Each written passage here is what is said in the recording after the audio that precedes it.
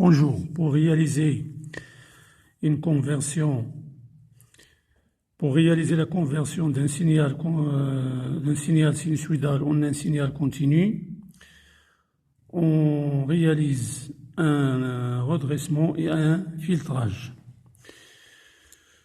Pour cela, on va utiliser le montage suivant.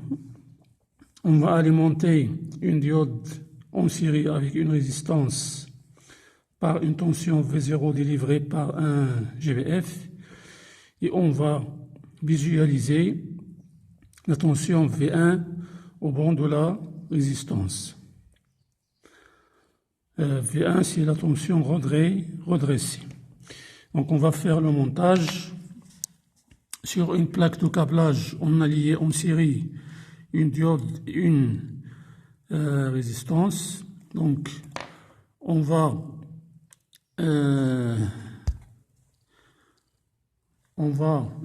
partir du GBF, de la borne rouge, et on va entrer par la première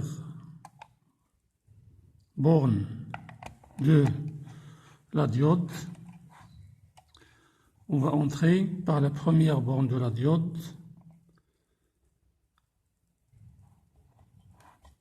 Ici, il faut lier le fil simple à la première borne de la diode sur la même rangée, parce que ces rangées sont isolées l'une de l'autre. Et puis, ici, lorsqu'on sort de la diode, on va entrer dans la première borne de la résistance. Ces deux bornes sont sur la même rangée aussi pour qu'il y ait conduction. Et puis, on va sortir de la deuxième borne de la résistance. On va lier un fil simple sur la ligne A où il est branché la deuxième borne de la résistance. Et on va lier cette borne, on va la lier à la borne moins du GBF. C'est-à-dire, on va fermer le circuit. On va fermer le circuit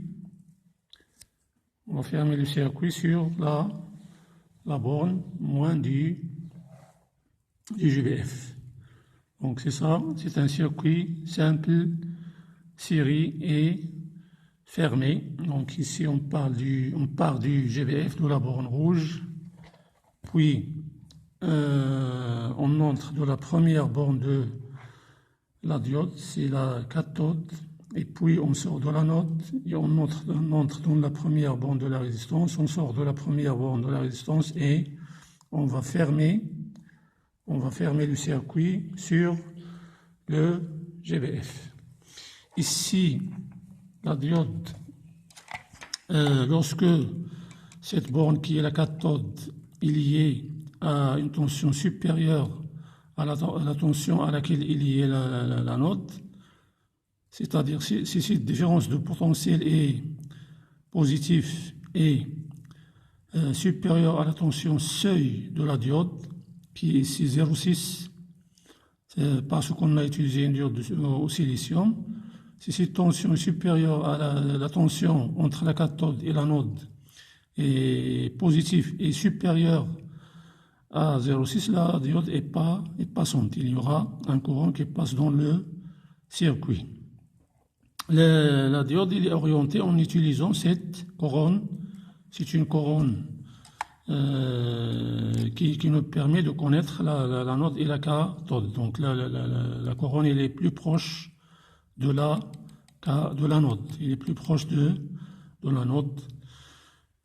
Et pour visualiser, on va visualiser la tension donnée au circuit diode résistance. Bien sûr, on va brancher la tension, on va brancher le fil lié à la borne rouge du GBF à la première voie de l'oscillo, ou bien à la voie X, et on va lier la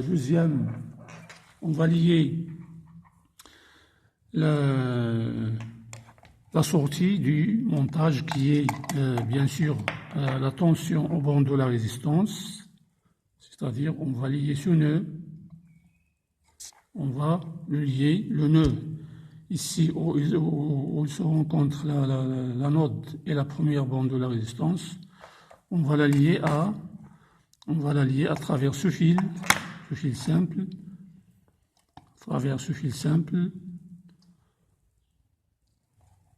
il est débranché, donc on va la lier à travers ce fil simple.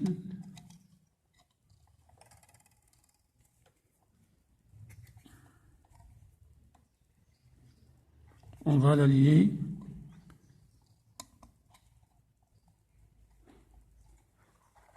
voilà, à travers ce fil. On a débranché le premier, donc on va le lier à la deuxième voie de l'oscillo, ou bien CH2OY. Voilà. Et il faut tâcher de lier la masse de l'oscillo à la masse du circuit. Il faut tâcher de lier la masse du circuit, la masse de l'oscillo à la masse du circuit.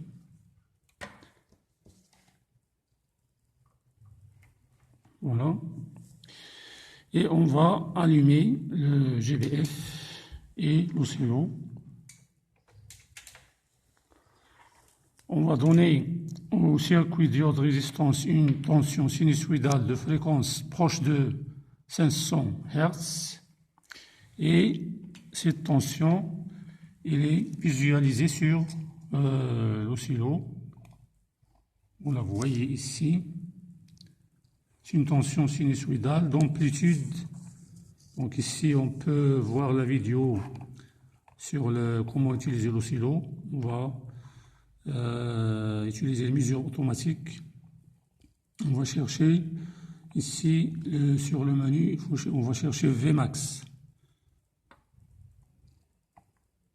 Voilà, Vmax de 1.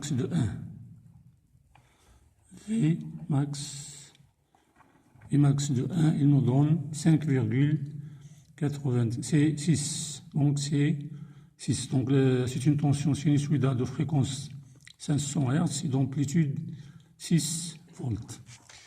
Et on va basculer ici vers la voie 2, c'est-à-dire vers CH2, bien Y, pour visualiser la tension à la sortie du montage, ou bien la tension au bord de R.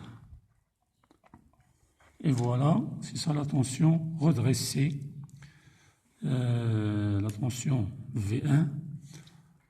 On va basculer vers Alt pour visualiser les deux tensions sur l'écran de l'oscillo.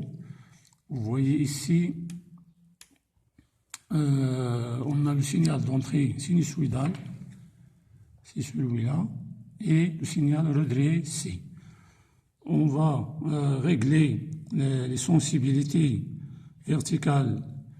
On va régler l'oscillo sur les mêmes sensibilités verticales. Voilà. Donc, on voit ici que lorsque la tension d'entrée est positive, la diode elle est branchée dans le sens passant, c'est-à-dire il va conduire le courant, et on va visualiser la tension V1, c'est celle-ci, la tension V1 qui est égale à R1 fois I.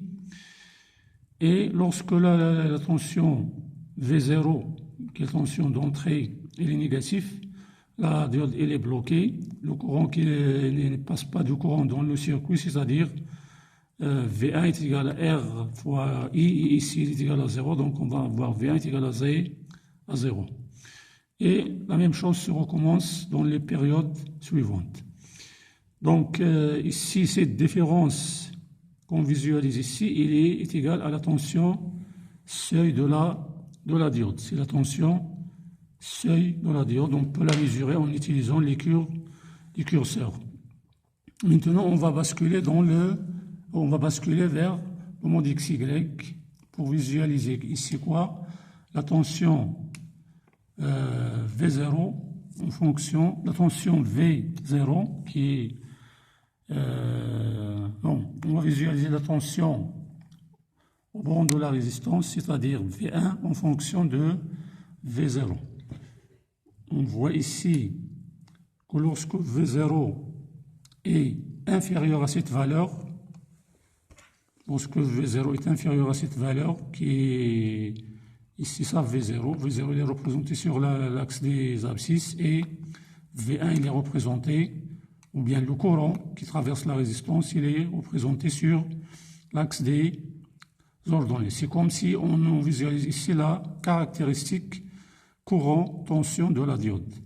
Ici, lorsque la tension d'entrée il est inférieure à une valeur ici qui est égale à la tension seuil de la diode, le courant il est nul, c'est-à-dire V1 il est nul. Et lorsque la tension V0, la tension d'entrée est supérieure à ce US, la tension seuil de la diode, là, la diode conduit, il y a un courant qui passe dans le circuit et on a une tension V1 qui est différente de 0. Donc c'est ça. On va revenir en mode balayage, c'est-à-dire en mode alt ou bien sur CH2. On va visualiser ici la tension redressée. Cette tension, il est périodique, donc il est développable en série de Fourier, c'est-à-dire cette tension contient une tension continue qui est sa valeur moyenne et un ensemble d'harmoniques sinusoïdaux. Pour arriver au but du TP et de transformer un signal sinusoïdal en un signal continu, il faut filtrer cette tension et garder que la tension continue qui est la valeur moyenne de ce signal. Donc il faut introduire un filtre passe-bas de fréquence de coupure bien déterminée qui va nous éliminer les harmoniques et qui va nous garder que la tension continue, c'est-à-dire la valeur moyenne du circuit. Donc on va ajouter au montage précédent, on va lui ajouter un filtre passe-bas de fréquence 1 sur 2 PR' fois C'.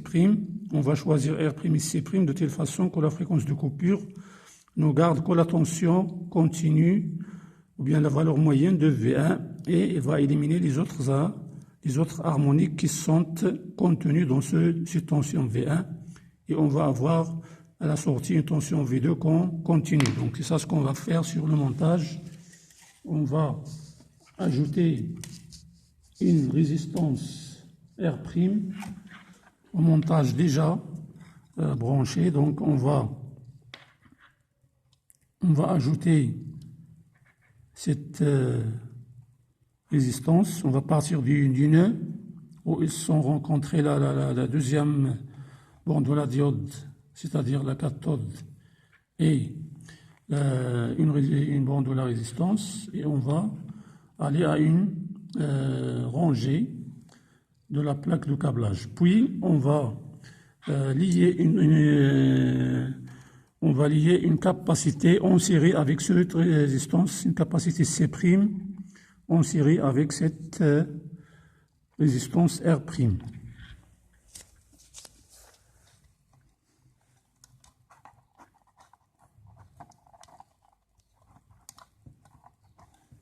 Voilà. Et de ce fil, on va le lier à une borne de la capacité. Voilà. Puis, l'autre borne de la capacité, c'est ça notre capacité. C'est une capacité AD4 qui est variable. La deuxième borne, on va la lier à la masse du circuit. Notre masse, c'est la ligne A. C'est la ligne qui est liée à la masse du GBF qui impose sa masse au circuit. Donc, voilà. Et aussi, on va déplacer notre sortie. On va la déplacer. La sortie, on va la placer à la sortie du montage, c'est-à-dire au bord de la capacité. On va la placer au bord de la capacité.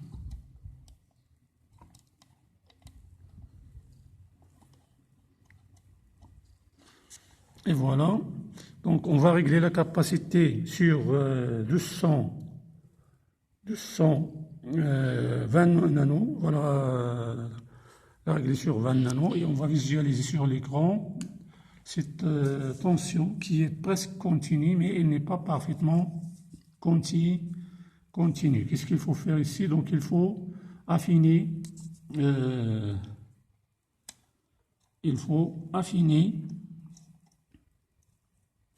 la valeur de la fréquence de coupure pour avoir une tension continue. Donc on va ici, on va augmenter la capacité. Donc on va prendre ici 100 nano, ou bien on va prendre ici un micro. Si on prend un micro ici, on va annuler les autres. Si on prend la capacité C' est égale à 1 micro, vous voyez ici que la tension il est continue. Voilà, c'est une tension qui est quasi continue. Donc c'est comme ça qu'on passe d'un signal sinusoïdal. Voilà, on est passé de ce signal qui est sinusoïdal à un signal qui est continu par redressement et filtrage. Donc c'est ça, on est arrivé à notre but, au but de ce TP, c'est de convertir un signal sinusoïdal en un signal continu. Donc je me suis arrivé à la fin de cette vidéo et merci.